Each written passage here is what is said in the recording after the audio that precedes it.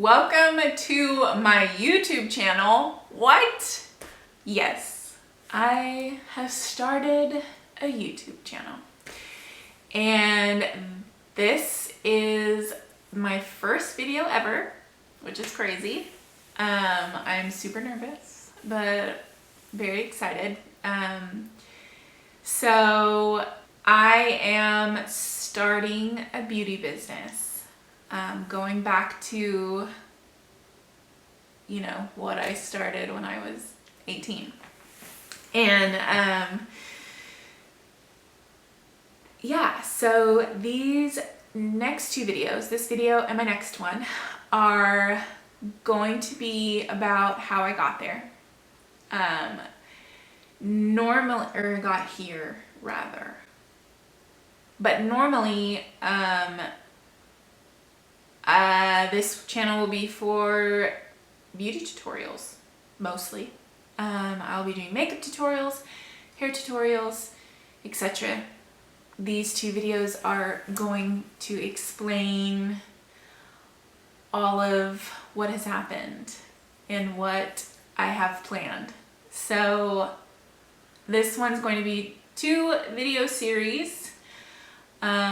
Mainly because I know with Insta stories and Snapchat and TikTok, like our attention span is literally 15 seconds. So instead of having like one super long video, I split it in half. And this first video is going to be about the last year. And if you follow me on Insta, you know how hard this last year has been for me. And I just really want to dive into that and explain, because then my next video will be like my super happy, super pumped, super stoked video where I'm going to tell you what I have planned and what's coming next and what I'm just super excited about in 2020. So here we go. Let's start in 2019. So last year, our year started off with Nathaniel getting 2018 ended with Nathaniel getting a really terrible back injury.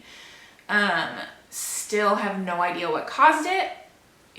Doctor just thinks, it's just a series of things and physical activity and, just over time this developed. And, but that was super, super difficult for us. Nathaniel is so helpful. He is an incredible partner in life. And when he was in so much pain, he could not do anything. He just laid there, and then he got his back surgery, which was very difficult as well because of the recovery time. He couldn't lift anything. He couldn't be his normal, helpful self. And to me, that felt almost like I was a single parent. I had to do everything, and that was so hard. It was so hard. And I had the added of taking care of him because he literally couldn't do anything. So that's how the year started off. And it just got rockier after that. I was working at our church that we had been attending for years. And I was the event director, the event coordinator, which I loved. I loved doing it. I really did.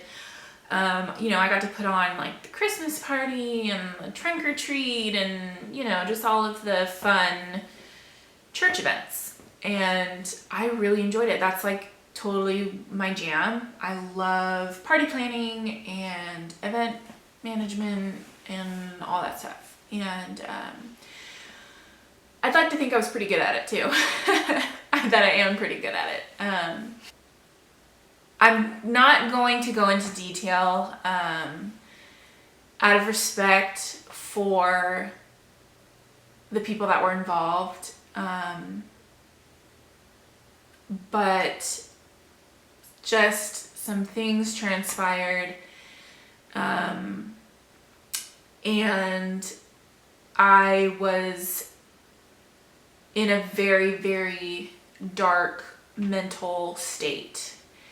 And some things were said that were very painful. And I decided that I needed to leave the job. That for me, the best choice mentally, like if I wanted to preserve any mental and emotional like capacity that I had left, like I could not stay. So I left that job, which was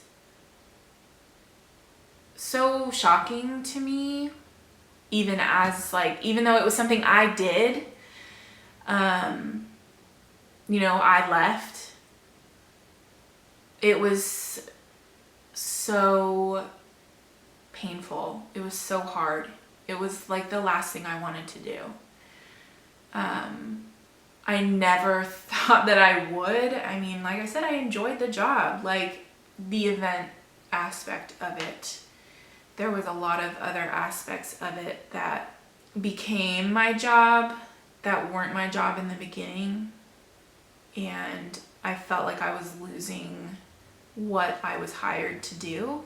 And in that sense, like I have to work somewhere creatively. Like that is just where I thrive.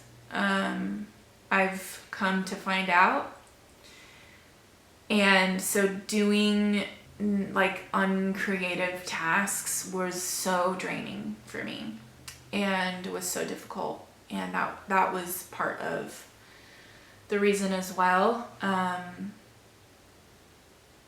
But it definitely was not the main reason I decided to leave. But I never thought that I would have left. I never planned to have left. And in turn, my family and I decided to leave the church as well, which was also very painful. That is where we had,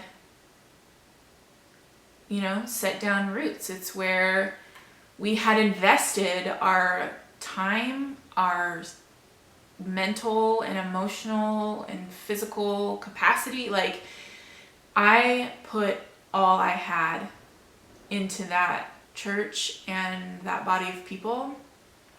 And so it was very painful to leave it. It was very, very painful.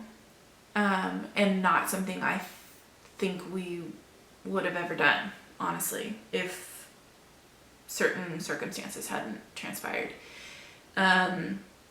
So after I left my job, we became very financially strapped. It is so difficult to live on a single income, to have a family living on a single income. It's so hard. And I know like most of my friends in California, like it's even harder. Like it's impossible, really, next to impossible. And here it's a lot easier, but it's still really stinking hard. So, yeah, we are struggling very, very much financially. And, so, then that makes me feel guilty for leaving my job.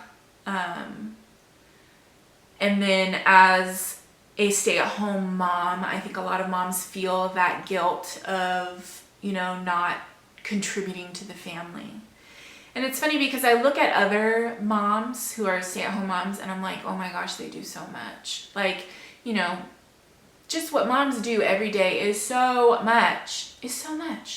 But like, I couldn't give myself that same grace. Like, I could not look at myself and be like, you do so much for your family.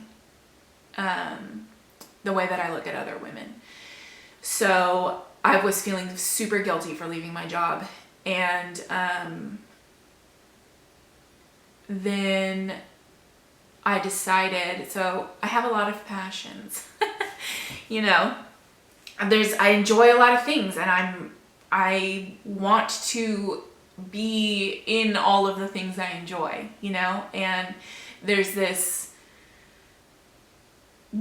feeling that you need to choose one, and you can only do one for the rest of your life forever. And that just seems like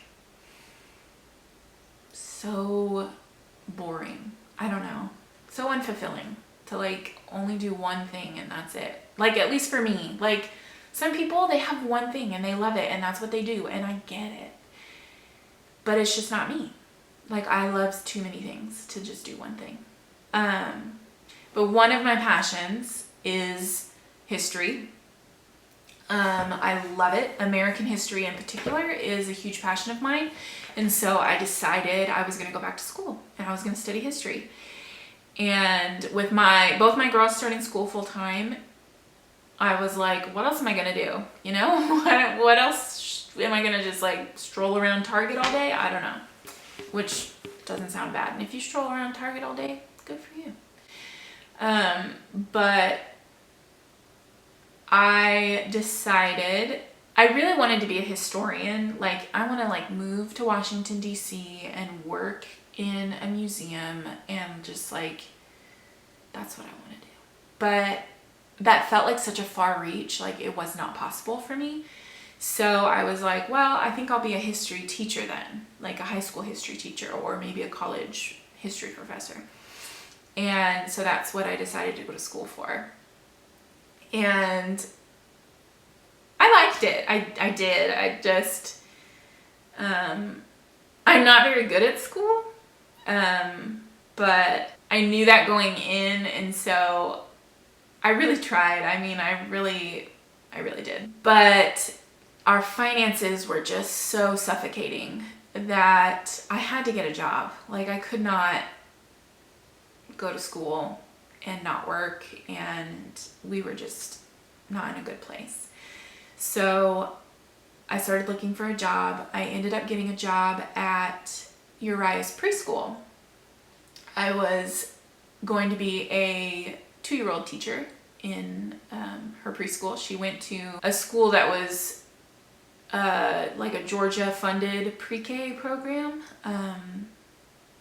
So I got the job there, and like 4 hours in, I knew this was not going to work. It was not. I mean, again, like, out of respect, I'm not going to go into details, but there were just a lot of like health concerns and a lot of concerns with staff, and I just knew I could not work there or have my daughter go to school there. I mean, there was just no way I could keep Uriah in that school. And so I quit after one day, took Uriah out of school, and I wish I could like tell you guys how awful it was. I instantly felt guilty. Like, was I doing the right thing in quitting, in taking my daughter out of that school, in all that I had brought up to the school director? Like, I laid it out for her, like told her, and that was not my intention. Like, going into this job was like not to be like, let me tell you everything that's wrong with this school. But like, it just happened, and I really wish it didn't. But that was very hard, and I was at this point that I was like, so what now? I don't have a job, I'm not going to school, and now my daughter's not going to school. Like, what am I doing? And so during that time, it was just very dark for me during that time. Very dark. I felt very lost and confused and very guilty. I feel like that kind of sums up the year for me, that I didn't realize is like how guilty I felt all year long, of like second guessing if I was making the right decision. And I mean, so I went out to breakfast with a friend, and I needed to hear this. Like, she just completely, I don't know, just completely like brought life back to me in just simple words. But she told me, you know, like, you're really good at hard things and you always make the right decision. And like, I'm just so thankful, because I've had a few people tell me, like, you made the right decision. And like, I'm so thankful to those people who really helped just like settle my guilt. So that is how the year went. Just like making really hard life decisions. And like, at one point, Nathaniel was going to join the Navy. I mean, we had all the paperwork in, we were ready to go, but I think what happened is, because of Nathaniel's back surgery, I think they just saw like an old guy with a bad back, you know? They were like, I mean, think about it. He's 10 years older than the average, you know, applicant or recruit, whatever. And he had back surgery. Like, I'm sure they were like, what? Why is this old man like trying to join the Navy right now? So it didn't work out. But I mean, we were set. Like, I mean, we were going. Like, we were moving and changing our whole lives. Like, we had told all of our family, we had told our children what we were doing. Like, we were ready to go. And then that fell through. And yeah, it just felt like another, like, what am I doing with my life? Like, what are we doing with our lives? It's all so confusing. And